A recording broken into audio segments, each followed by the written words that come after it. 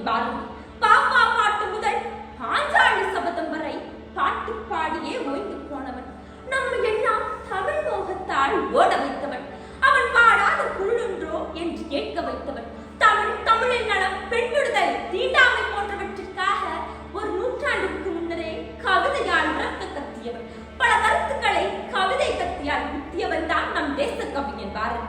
ஒரு கவிஞனாக மட்டுமல்லாமல் சிறந்த எழுத்தாளராகவும் நல்ல பத்திரிகை ஆசிரியராகவும் இருந்தார். பட்டங்கள் ஆள்வதும் சட்டங்கள் செய்வதும் பாறையில் பெண்கள் நடத்த வந்தோம் என்று பெண்ணுரிமை காக்கும். சாதிகள் இல்லையடி பாப்பா, குலத்தாழ்த்து உயர்த்தி சொல்லல் பாவம் என்று தீண்டாமை ஒழிப்பிற்காகவும் பாடிய வந்தவர். தன் கவிதையின் மூலம் மக்களின் மனதில் விடுதலை உணர்வை ஊட்டினார். தனக்கு ஏற்பட்ட பாலியல் திருமணத்தை உணர்ந்து இது போன்ற பாலியல் திருமணம் நடக்கவே கூடாது என எண்ணி தன் கவிதையின் மூலம் பொங்கி எழுந்தார். உலகில் பல மொழிகள் கற்க தெரிந்தாலும் யாமறிந்த மொழிகளிலே தமிழ் மொழி போல் இனிதாவது எங்கும் காணோம் என்றான் பாரதி. கத்தியின்றி ரத்தமின்றி யுத்தம் ஒன்று வருகிறது, சத்தியத்தின் நித்தியத்தை நம்பியாவும் சேருவீர் என்று சுதந்திர போராட்டத்திற்கு நெருப்பு கடலால் கொந்தளித்தார் மகாகவி பாரதி.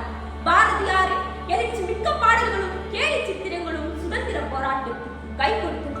மூட நம்பிக்கையும் முதல் கதவை தன் முண்டாசால் முட்டி மோதி இலக்கு எண்ணிய பாரதியின் வழியில் வஞ்சனை பேய்கள் என்பார், இந்த மரத்தில் என்பார், அந்த குளத்தில் என்பார், கொஞ்சது முகத்தில் என்பார், மிக துயர்படுவார் எண்ணி பயப்படுவார். மந்திரவாதி என்பார், சொன்ன மாந்திரத்திலேயே மனக்கிளி பிடிப்பார். பேனா முளை குத்த பயப்படும் அவர் பெயருக்கு, அவர் பெயரே பாரதி. நீ கவிதை மீது கொண்ட காதலை விட கடவுள் மேல் வைத்த காதல் புரியதோ? எங்களை விட்டு இவ்வளவு விரைவில் விரைந்து விட்டார். தமிழன்னையும் உன் வருகையை எதிர்நோக்கி காத்திருக்கிறார். எழுதுவோட ஏந்தி வா. நீ மறைந்தாலும் உன் கவிதைகளை நிலைநாட்ட பாரதி பிடிகள் பாரதியே என்று சொல்லாமல் சொல்லிவிட்டார். அகிலமெங்கும் தமிழை போற்றிய மகாகவியே வாழ்க உங்கள் வளர்கலம் தமிழ். பாராட்ட வயதில்லை, வாழ்த்த வயதில்லை, வணங்குகிறேன் ஐயா, நன்றி. எங்கள் வாழ்வும் எங்கள் வளமும் மங்காத தமிழென்று சங்கே முழங்கு. அனைவருக்கும் வணக்கம். தேடி சோறு நிதம் தின்று பல சின்னஞ்சிறு கதைகள் பேசி மனம் வாடி துன்பமிக உள்ளது. பிறர் வாழ பல செயல்களை செய்து நரை கூட்டி கிளப்பருவமேறி கொடுங்கூற்றுக்கு இறையென பின்மாயும் பல வேடிக்கை மனிதர்களைப் போல் நான் வீழ்வேன் என்று நினைத்தாயோ என்று என் முப்பாட்டன் பாரதியின் வரிகளை உறக்க முழங்கி நிற்கும் நான் சோழ தேசத்து தமிழன் ராஜா சுதந்தன். இன்று உங்கள் முன் பகிர போகும் கருத்து பாரதியாரின் தொலைநோக்கு பார்வை என்ற தலைப்பு. பாரதி பார்வையில் தீ, வார்த்தைகளில் தீ. அவரின் ஒவ்வொரு கருத்துகளும் தீமைகளை சுட்டெரித்து அறத்திற்கு ஒளியூட்டும் தீயாகவே இருந்தது. என் கவியே, உன் தொலைநோக்கு பார்வையில் நீ விட்டு விட்டு போன அத்தனையும் நிறைவேறி கொண்டிருக்க வியக்கிறேன். நீ யாரோ என்று, கவிஞர் மட்டுமல்ல, இறையின் தூதனா, தீர்க்கதரிசியா என்று. அன்று பெண்கள் வீட்டுக்குள்ளே முடங்கி கிடந்த காலம். அடுப்பூதும் பெண்களுக்கு படிப்பதற்கு என்று புத்தக வாசம் காட்டாமல் அடுப்பு புகை மூட்டத்தில் பெண்களை மறைத்த காலம். பட்டங்கள் ஆழ்வதும் சட்டங்கள் செய்வதும் பாரினில் பெண்கள் நடத்த வந்தோம்.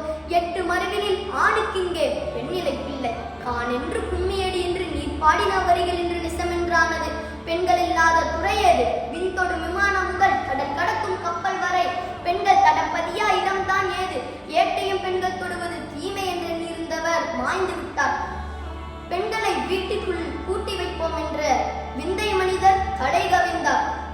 கம்பன் என்றொரு மானிடன் வாழ்ந்ததும், காளிதாசன் கவிதை புனிந்ததும், சேரன் தம்பி சிலம்பை இசைத்ததும், தெய்வ வள்ளுவன் வான்வரை செய்ததும், அறியாமல் மாற்றான் மொழியை தேடி போகும் நிலையை அன்றே உறக்க சொன்னவர். அது மட்டுமல்ல, கல்வி வழங்கும் பள்ளிக்கூடங்கள் இல்லாத ஊரை தீயிட்டு கொளுத்துவோம் என்று பொங்கி எழுந்தவன். வீதிக்கு 2 பள்ளிக்கூடங்கள் இருக்க வேண்டும் என்று பேராசைப்பட்டவன். அன்றே அவரது தொலைநோக்கு பார்வையில் எட்டியிருக்கும் போலும் இன்று அரசு கொண்டு வந்த இல்லம் தேடி கல்வி முறையில் இன்று அனைவரின் ஆசையும் காணி நிலம் வேண்டும் என்றல்லவா ஆகிவிட்டது. அதையும் அவன் என்றோ உணர்ந்து விட்டான். நூற்றாண்டுகள் கடந்து நமக்கு உணர்த்துகிறான் பாரதி ஒரு தொலைநோக்கு பார்வை கொண்டவர் என்று. முண்டாசு கவியே, உன் வரிகள் ஏட்டோடு போகவில்லை. பாரெங்கும் மறந்து கொண்டேத்தான் இருக்கிறது. உன் புகழ் மணந்து கொண்டேத்தான் இருக்கிறது. வாய்ப்பிற்கு நன்றிகள். அனைவருக்கும் வணக்கம். என் பெயர் மாலினி. நான் 9ஆம் வகுப்பு ஆ பிரிவு படிக்கிறேன். இன்று நான் உங்களிடம் ஒரு சின்ன கதை சொல்ல போகிறேன். கதை என்னவோ சின்னதுதான், ஆனால் நான் பேச போறவர் ரொம்ப பெரியவர்னா வயசுல இல்லை, அவருடைய திறமையிலையும் தன்னம்பிக்கையிலும். வாங்க கதைக்குள்ள போலாம். தூத்துக்குடி மாவட்டத்துல எட்டயபுரம் அப்படிங்கிற ஒரு கிராமத்துல இளக்கும்மி சின்னசாமிங்கிற ஒரு தம்பதி இருந்தாங்க. அவங்களுக்கு 1882 வருஷம் டிசம்பர் 11 மணிகண்டன் அப்படிங்கிற ஒரு ஆண் குழந்தை பிறக்குது. அவருக்கு வந்துட்டு தமிழ்னா ரொம்ப பிடிக்கும். அதுல அவர் கவிதையெல்லாம் எழுதி அவருடைய 11 வயசுலேயே பாரதி அப்படிங்கிற சிறப்பு பெயரும் பெற்றாரு. அவருடைய தொடக்க படிப்பை தூத்துக்குடியிலையும் அவருடைய கல்லூரி படிப்பை வாரணாசியில் உள்ள காசிலையும் தங்கி படித்தாங்க. பாரதியார் கல்லூரி படிப்பை முழுசா முடிக்கல. அதுக்கு பதிலாக அனுபவம், தத்துவம், இந்து மதம் அப்படின்னு நிறைய கற்றுருக்காங்க. அப்பெல்லாம் குழந்தை திருமணம் தான் இருந்தது. அப்போ பாரதியாருக்கும் 14 வயசுலேயே செல்லம்மா அப்படிங்கிற ஒரு பொண்ணுக்கு திருமணம் பண்ணாங்க. அந்த பொண்ணுக்கு 7 வயசு. பாரதியாரோடைய கல்யாணம் அவருக்கு மறக்க முடியாத ஒன்று. ஏன்னா பாரதியாரோட கல்யாணம் ஆன உடனே ஒரு கொஞ்ச நாள்லயே அவங்க அப்பா இறந்துட்டாங்க. அதுக்கப்புறம் அவங்க குடும்பம் ரொம்ப வறுமையில் இருந்தது. அதுக்கப்புறம் பாரதியாருக்கு 1908 வருஷம் அவருடைய முதல் மகள். அப்பெல்லாம் வந்துட்டு பெண் குழந்தைங்கனாலே ரொம்ப அடிமைத்தனமா வச்சிருப்பாங்க. ஆனா பாரதியாருக்கு அந்த கவலையே இல்லை. பெண் குழந்தைங்கனாலே அவருக்கு ரொம்ப பிடிக்கும். அவருடைய பெண் குழந்தைகள் அவருக்கு இன்னும் பிடிக்கும். 1908 வருஷம் தங்கம்மாள் அப்படிங்கிற பெண் குழந்தையும் 1910 வருஷம் சௌந்தர்யா அப்படிங்கிற ஒரு பெண் குழந்தையும் இருக்குது. அவருடைய 2வது மகள் சௌந்தர்யா அவருடைய அப்பாக்காக என் தந்தை அப்படிங்கிற புத்தகத்தை எழுதியிருக்காங்க பாரதிக்காக. பாரதி இலக்கியத்துக்கு அளித்த பங்கு அப்படின்னா பாஞ்சாலி சபதம், கண்ணன் பாட்டு, குயில் பாட்டுன்னு சொல்லிக்கிட்டே போகலாம். குழந்தைகளுக்காகவும் பாட்டு எழுதியிருக்காரு. பிறகு 1921 வருஷம் அவருடைய 39 வயதிலே யானை மிதித்தவர். அவர் சின்ன வயசுல இருந்திருந்தாலும் அவருடைய செயல்கள் அடுக்கிக் கொண்டே போகலாம். பாரதி மறந்தாலும் அவருடைய சிந்தனையும் எழுத்துக்களும் இன்னும் மறையவில்லை. பாரதி பிறந்தது கவிஞராக மட்டும் இல்லை, இந்திய சமுதாயத்திற்கும் தமிழ் மொழிக்கும் ஒரு வடிவை தந்த கவிஞராகவே. நன்றி. Good morning to all. My name is P. Ravishas. I study Government Model Higher Secondary School, Pattikottai. Today I stand before you to speak about a towering figure of Indian history. A man whose words were as freezing in script. Mahakavi Subramanian Bharati. Born in Ettayapuram, Tamil Nadu in 1882. Bharatiyar was poetry, whose poet talents was very rigorously even at the age of 11. He was not merely as a poet, he was a polyglot, even well versed in several languages, who used his pen as a powerful weapon against the British rule and Indian injustice. Bharatiyar writing inspiring countless of people to join non-violent movement for independence. He was integrating from appeased the unity of India, equality of all men, and the greatness of Tamil language. He worked in a journalist in newspaper, spreading his nationalist messages and outlining the vision of free and glorious India. Beyond the political parasites, Bharatiyar was a social reformist. He was accountable environment and equality of women, speak about against child rights and Minority Marriage Act. Bharatiyar poetry was used the simple complex vocabularies from early Tamil literatures. He used simple words and powerful writing. He was idol accessible to countless of people. Works like Panjali Sabadam, Kannan Paattu, Kuyil Paattu are the timeless examples for his genius.